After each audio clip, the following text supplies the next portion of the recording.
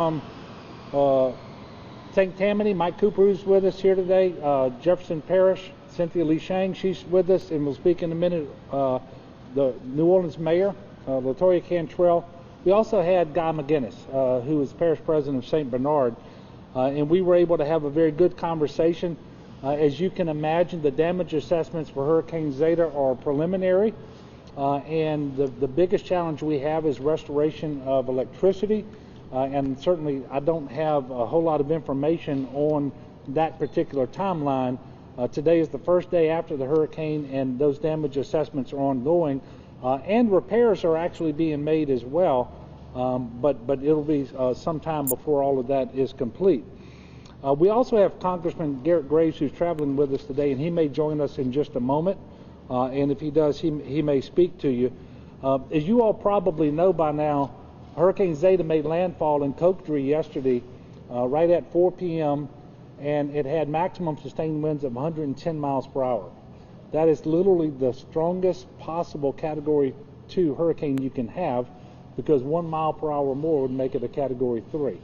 The good news is the storm's forward speed was 24 miles per hour, and so it moved through the area much faster than most storms, and as a result, it didn't drop as much rain. The high winds didn't pound the area for as long as would have otherwise been the case. However, there's significant damage to homes, to businesses, to infrastructure across Southeast Louisiana. We know that it caused things like vessels to be thrown about and into bridges that have to be inspected, and damage has to be repaired. All of those things went on.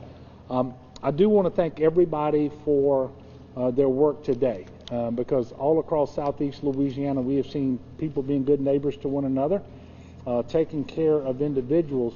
And while the weather today is very nice, it's beautiful, the coolest weather of the year thus far, I can tell you that today is not the day, and tomorrow is not going to be the day either, to go out and engage in sightseeing, because we need for these linemen who are in Southeast Louisiana by the thousands. They've got to be able to get to their work so that they can get these lines off of roads. We need to be able to get first responders where they need to go. The National Guard folks need to be able to do that. So we're asking people to please make sure you're not out engaged in sightseeing. I also want to remind everybody that it's not the storm principally that causes folks to be hurt or killed. It's the immediate aftermath, when the cleanup starts, and when people run generators and so forth. So really asking everybody to be cautious. If you don't have electricity and you're going to run a generator, please locate that generator at least 20 feet outside of your home in a well-ventilated area. Not near a window or a vent, not in a crawl space, not in a garage, not in your home for sure, and allow that generator to cool down for at least 20 minutes before you refuel it. Also asking people to make sure that you have a working smoke alarm and carbon monoxide alarm in your home with fresh batteries. And if you're going to use a space heater, because it's going to be relatively cool over the next few nights, make sure you don't place that within 3 feet of anything that is combustible. Also, with respect to safety, if you don't know and aren't experienced in using chainsaws and cutting up trees, please be very, very careful and try not to do that if you can avoid it. And then the other thing is, we have a power outage in a number of areas in Southeast Louisiana, and traffic signals are out. And while traffic signals are out, those intersections are to be treated as four-way stops, whether or not there is a temporary stop sign there. So we're urging everybody to slow down and to make sure that you are engaging in these measures with respect to stopping at these intersections. And we're going to try to make sure that we get temporary signs up where we can at the biggest intersections. But we know that there have been a number of accidents because of this already. Roughly half of Southeast Louisiana experienced sustained tropical storm force winds yesterday. Many in the path experienced very damaging hurricane force winds And those within a narrow path around and principally to the east of Zeta's eye wall experienced the very worst that storm had to offer. Power outages were extensive, in fact remain extensive. I know that as of noon today there were 457,000 outages remaining in Southeast Louisiana. We do have more than 5,500 linemen who are working on this problem, and we have more that will be coming in over the course of the weekend. Oddly enough, they had responded to power outages in other states because of ice, and so they're coming back from Texas as we speak. Tomorrow, principally because of the power outages that remain, there will be 8 parishes with office closures. Those are Jefferson, Lafourche, Orleans, Plaquemine, St. Bernard, St. Tammany, and Terrebonne Parish. We did have, very sadly, our first and thus far our only confirmed death from Hurricane Zeta last evening. It was a 55-year-old gentleman in Orleans Parish who was electrocuted by a downed power line. So I'm going to pause again and urge everyone to treat every downed power line as if it is live with electricity. Obviously this is sad and tragic, and certainly we should lift this gentleman's family up in our prayers. The National Guard currently has 1,940 soldiers and airmen on duty, activated to support emergency operations, the immediate response, and later the recovery from this, the damage caused by this hurricane. Urban search and rescue operations are underway across the damaged area. Grand Isle has reported 3 breaches along its levee on the Gulf side of the island, and the CPRA is down there now assessing damage. When this press conference is over, I'll be flying to Grand Isle, and President Cynthia Lee Shang will be joining me for that trip, where we can meet with Mayor Carmondale, other local officials, and also hopefully the Corps of Engineers to discuss the repairs to that levee.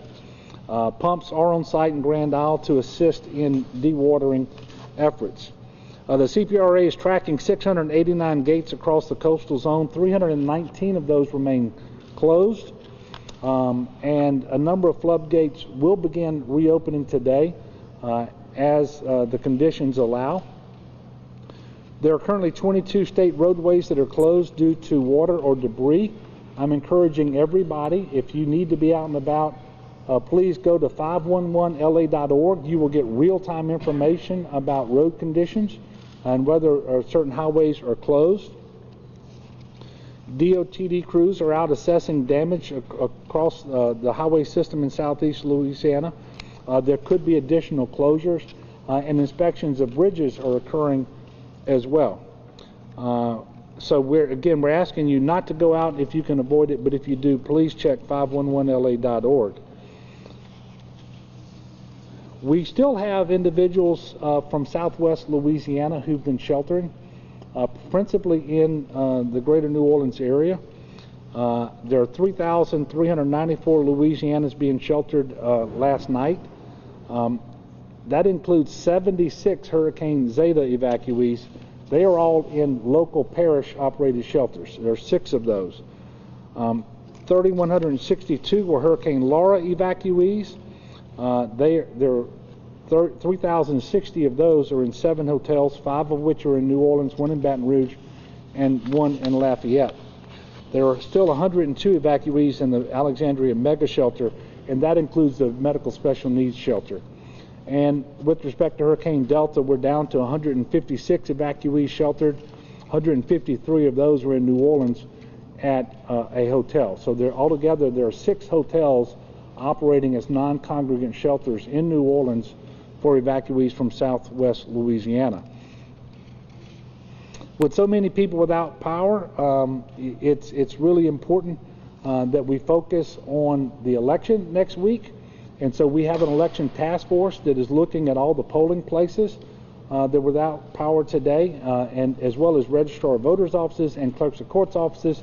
We're working with the Secretary of State, the Public Service Commission, and all the electricity providers in this area so we can prioritize restoration to those sites and then make a judgment early as to whether or not power will be restored, so there's time to come up with an alternate location for that site, and in time to communicate that to the voters.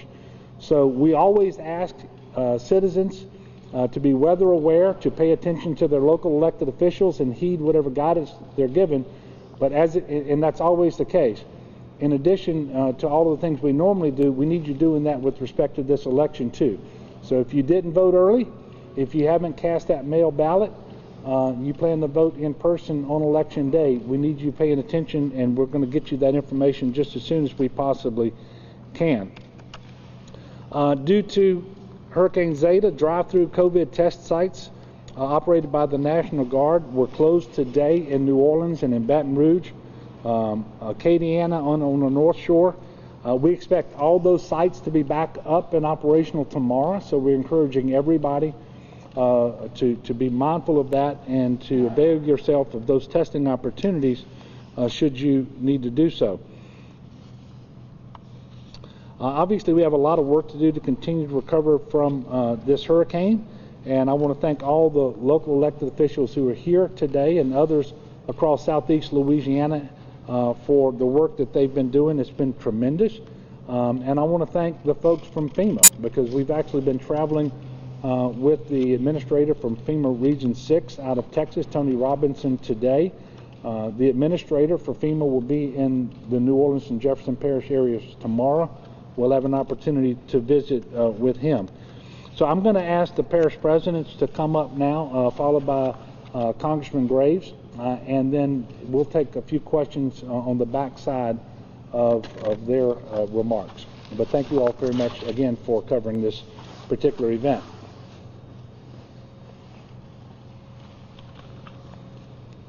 Thank you so much, Governor. We in Jefferson Parish are very blessed that we did not have any fatalities with this storm. And as the governor said, we want to maintain that. We want people to be safe post-storm. There's a lot of hazards out in the community, many kinds of ways to hurt yourself.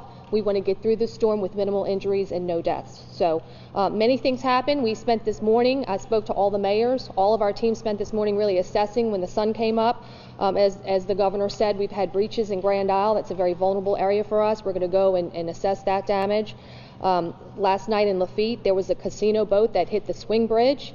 Those repairs have been made, so I want to thank all the agencies that helped us with that, and that bridge is now operational. In the greater area for Jefferson Parish, probably, I visited them this morning, the biggest incident was a structural collapse of an apartment complex. Both walls that were facing each other collapsed during the storm. We're very fortunate that a small child, a beautiful child, was right by the window, and the parents were able to grab this beautiful baby beforehand. We sent teams out to that building, so there was about 25 people that stayed at King's Grant last night and sheltered there. We are going through the building today and emptying the building of the remaining residents because we don't believe the buildings are stable, and we're currently spending time right now getting them in hotel rooms temporarily until we can find they can be resettled. So that was probably the biggest structural damage in the metropolitan area, and we've also dealt with some house fires. Our first responder agencies was at the EOC all night dealing with a lot of things. In Jefferson Parish, we currently have about 172,000 customers without power. That represents over 80% of the customers. I'm getting lots of calls and lots of texts about how they don't have a bucket truck on their neighborhood yet. So let's let Entergy do their job. Let's let them do their job as efficiently as they can, which means that you don't see a bucket truck in front of your house right away, that they're doing a system-wide assessment. They know how to do it the most efficiently as possible to get the most number of customers online. Certainly, their priority is hospitals, nursing homes, first responder agencies. Our water plant is on backup power, so those critical infrastructure needs that we have for basic public health and safety need to happen first. I ask for everyone to be patient. This was a major electrical outage. I know it's not how we're used to living. I know you're used to having your Cox cable on and your internet, but the more patient we can be and the more we let Entergy be able to do the job that they're working hard at right now, let's let them do that before we clog up our lines on when is my energy going to be turned on, okay? So let's let them do their best job that they can.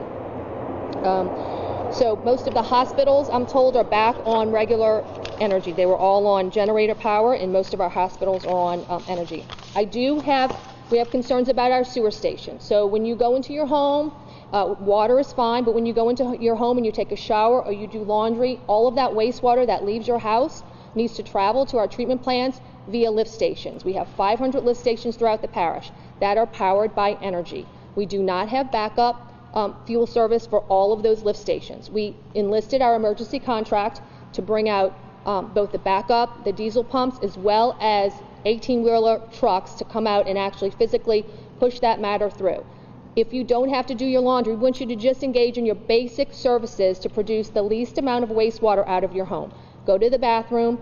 Don't do your laundry right now, okay? It's those kind of decisions we need to make so we avoid backups, because the longer the electricity is out and the more days we're out, now we're going to start seeing other problems with backup sewer, and we don't want that to happen. Obviously, that's going to be a health hazard for us. So please go to the bathroom, but produce the minimum amount of wastewater from your home as possible. We also have activated our traffic signals contract for both the signals, as well as we have teams putting out stop signs. Again, as the governor said, and we all shared this concern with all of our roads and our trees, we don't need to have vehicle accidents because of people not stopping. So treat every intersection as a four-way stop. The other issue we're hearing from our hospitals is that people are going in with their oxygen tanks. The backup battery only lasts for about 12 hours, and now, of course, that's expiring. We don't want people in the hospital who don't need medical issues to be resolved just because they can plug in. So we are opening Johnny Jacobs Playground in Marrero, Cleary Playground in Metairie, and fire stations, Section 13 on Airline, that's not far from the Sam's Club, Station 15 on the I-10 Service Road, and Station 20 on Hudson Street as the 3 fire stations on the East Bank. We have Station 79 at 9 Mile Point on the West Bank Expressway, Station 85 in Marrero Estelle on Barataria Boulevard, and Station 51 in Tarrytown on Heritage. If you need to plug in and you need your oxygen tank and you need electricity for that, please visit one of those stations as well as those 2 playgrounds. As well as we have people, if you're going to put out debris in front of your yard, remember this is not going to be your regular garbage truck picking up that debris. This is a special contract for storm debris collection. They will not go onto your property. You need to put it on the right-of-way, but don't be surprised if your regular garbage is picked up but the debris is left. We have a special storm debris contractor. Obviously, we want to do one sweep and get it through. That's as efficient as possible, so you can be careful, because now at the hospitals we don't need people who are climbing on ladders trying to trim trees and hurting eyes and hurting limbs. Be very careful, but the small limbs that you can pick up and start gathering on your right-of-way, you can go ahead and do that as well. And I encourage everyone to please stay updated on jeffparish.net, as well as Facebook, Instagram, and Twitter. And for any text alerts for Jefferson Parish, please text alert, JP Alert, one word, JP Alert, to 888-777, or for our Spanish-speaking people, JP Noticias to 888-777. Thank you very much.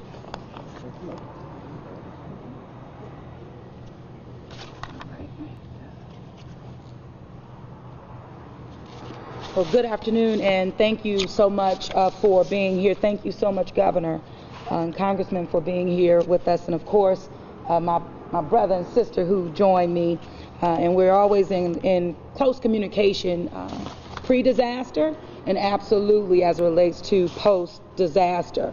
Much of what you've heard, absolutely, we did have Hurricane Zeta come through the eye, came over the city of New Orleans. Hurricane force winds just 1 mile from being a Category 3. So we sustained the highest level in terms of a Category 2 hurricane in the city of New Orleans, and of course that impacted multiple parishes throughout the state of Louisiana. As of last night, we had over 175 outages throughout the city.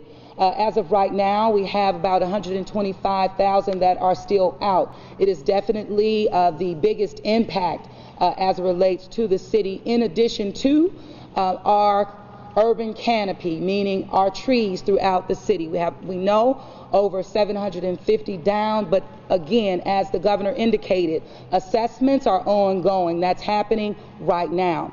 The city of New Orleans will have a press avail right at 3:15 this afternoon. My department leads in terms of sanitation, DPW, park and parkways, as well as Entergy will join us to give you updates based on the assessments that are ongoing right now.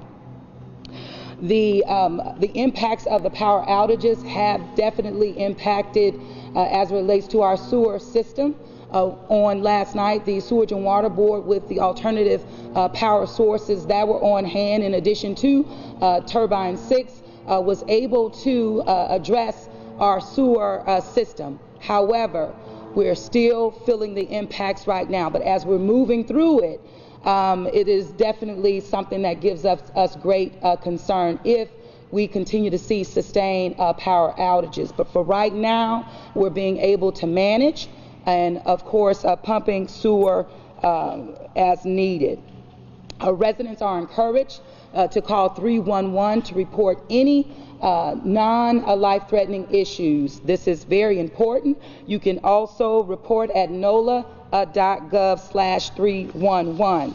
The City of New Orleans has created a crisis cleanup hotline. The number is 504-350-0788.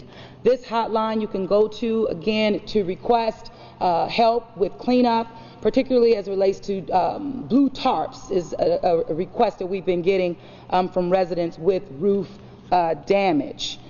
So with this, we suffered a hurricane, Category 2 at its highest, 1 mile from a Category 3.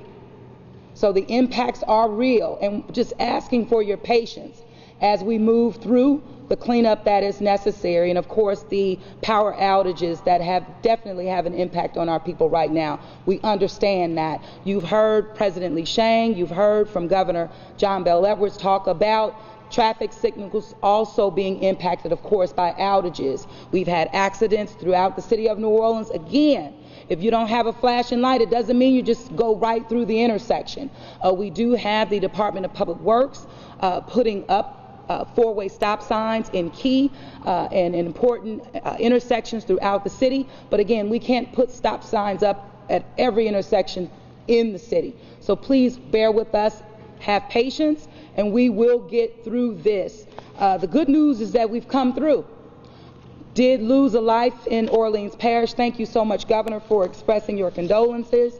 And I know that means a lot to the family. I just want to thank hard-working men and women, Park and Parkways, Sanitation, DPW, Sewage and Water Board, for doing what you do best. So with that, I'm going to back up, have President Cooper come up and give you a little bit more information.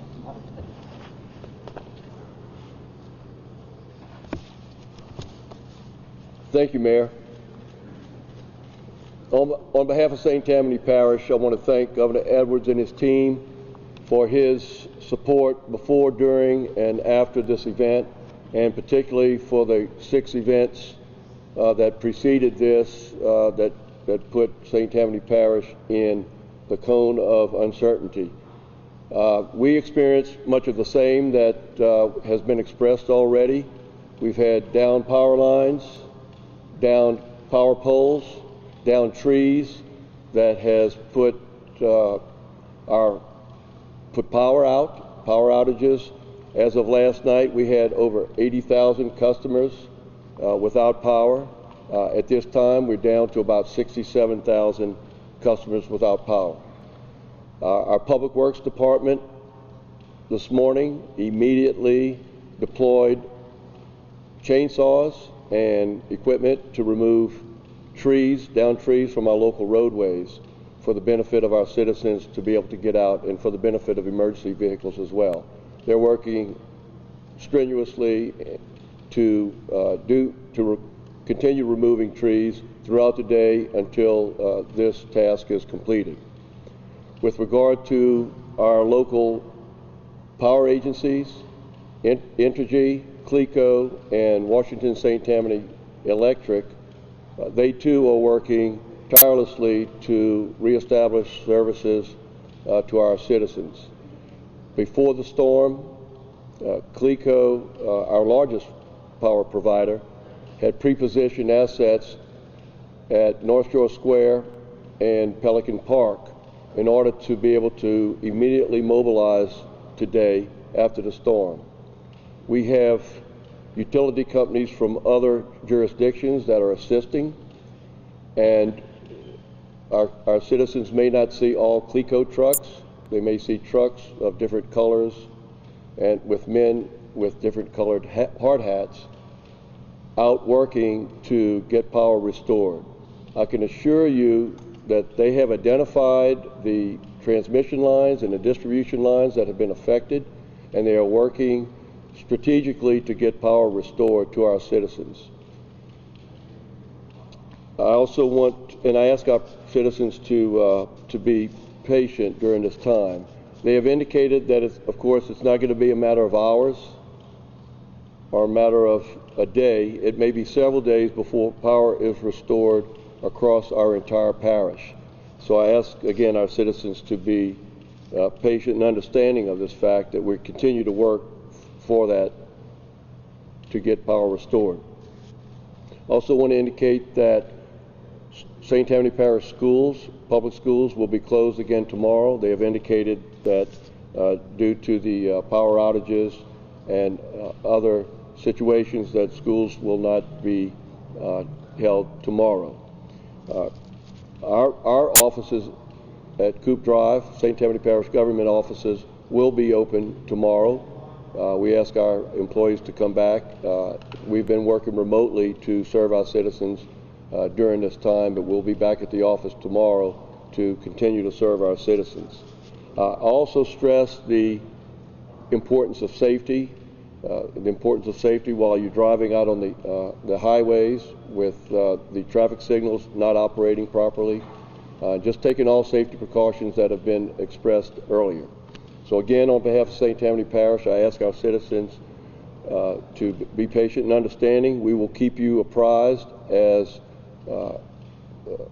matters and conditions warrant, and we ask that you continue to listen to our media alerts, and our next press conference will be tomorrow with further updates. So thank you very much.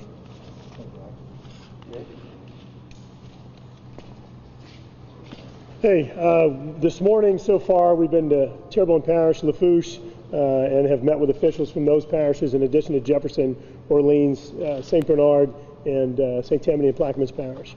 This is an extraordinary storm, and while the mayor did indicate it was a Category 2 storm as identified by the National Weather Service, there were folks that measured wind gusts in excess of 135 miles an hour, which would put this well into Category 3. This was a big storm. We know that there are hundreds of thousands of people without electricity, without internet access, and other utility issues.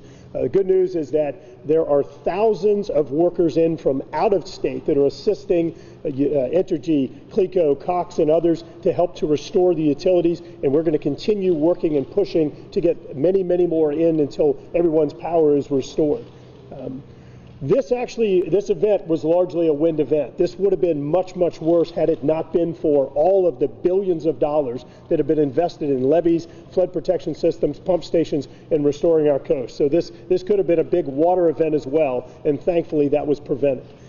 When you look at what happened at the storms in Southwest Louisiana, Hurricane Delta and Hurricane Laura, virtually all of the deaths happened after the storm had passed, and the death here in New Orleans was similar to that, and then it happened after the storm. I just want to urge everyone, whether you're driving down trees, no traffic signals, down power lines, standing water generators, there are a lot of safety issues that everyone needs to keep in mind and be very careful to not add to the additional stress and challenges associated with the disaster. We're all committed to work together. We're going to be working until everything is put back together, everyone's homes are put back together, and utility is restored.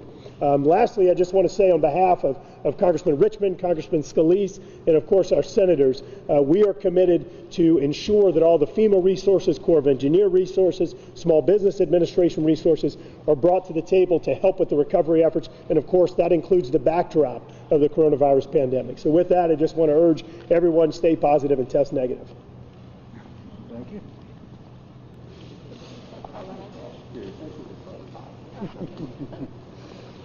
Thank you, Congressman. And with that, we're going to take a few questions. As I mentioned, I still have to get to Grand Isle this afternoon, and I promised the the president of Jefferson Parish. I'd have her back for her own news conference. So we're going to be leaving in just a few minutes, but we'll take a couple of questions if you have them.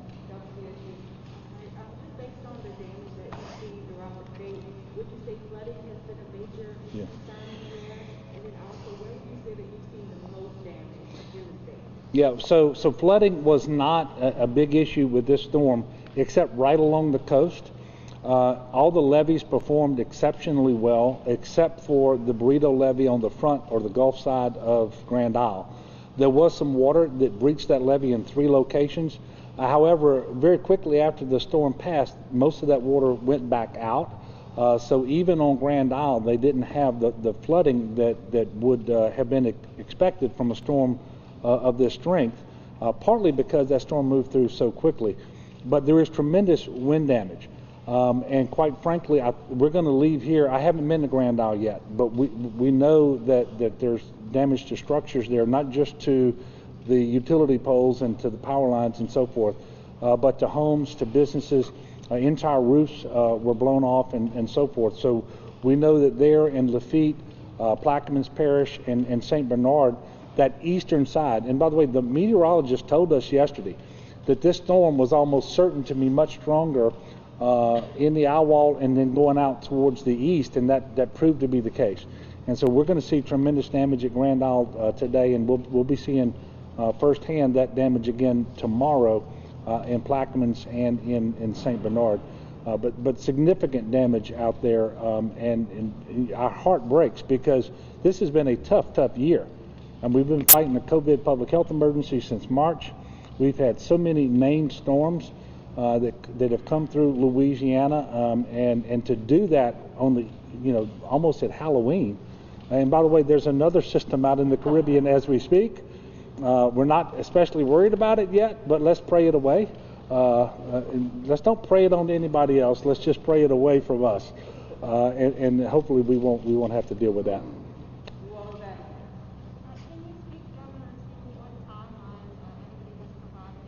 Yeah.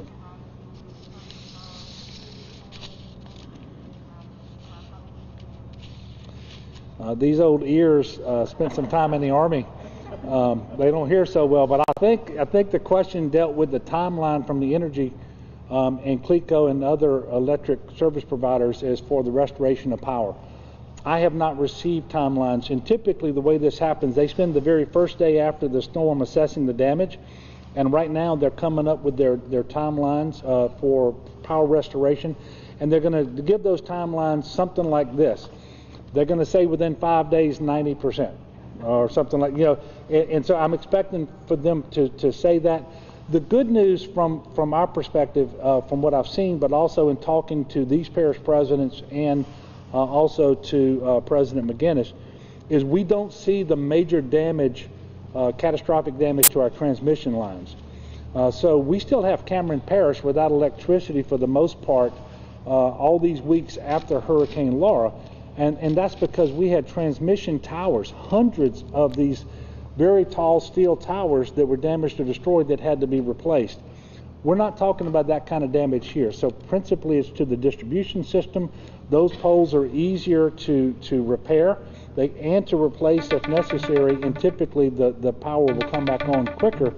But I'm just not able to give you a better timeline on that. But the good news is the Public Service Commission is working with Entergy, New Orleans, CLECO, and the other providers to make that happen just as soon as possible. And between now and when all power is restored, they are focusing on essential infrastructure, which includes all of the normal things like hospitals, nursing homes, water systems, sewer systems, first responders, but also polling locations. And so that's a big wrinkle that we haven't had to deal with in the past. When it comes to the election less than a week away, do you plan to use any executive action if power outages do last longer than expected at home locations, to extend hours at this location, or will they be more locations? Well, I'll be conferring with the Secretary of State, and we will know more within the next day or so about what we can expect, what changes we have to make. And if he asks or we see that it's necessary, we can possibly do that. There's a very elaborate statutory scheme for emergency plans during elections, and they have to be recommended by the Secretary of State, agreed to by the legislature and me. It's very hard to make those changes within the time that we have left. But if there adjustments have to be made with respect to temporary polling locations, or maybe the consolidation of multiple polling locations in one large venue in order to help out, then I expect that we will be moving in that direction sooner than later, because the hard part here is you have to make the decision early enough to communicate the changes to the voters so that they are not deprived of the opportunity to cast that vote on Tuesday, on Election Day. So I don't have any specific answers for you there, but I will continue to communicate with the Secretary of State. We'll make whatever adjustments need to be made that are consistent with law. And right now, it's just too early for me to tell you. And I am aware that it's Thursday afternoon and the election is on Tuesday. But it was just last night that the hurricane came through. So we'll be continuing to work on that. What should voters do if they were right to a location that's closed? Well, all the voters out there who plan to vote on Election Day, if you know that you live in an area and you don't have power or there's not electricity at your polling location, you really need to be listening to your local elected officials, principally your clerks of court, registrar of voters, and then there will be information coming from the Secretary of State's office as well.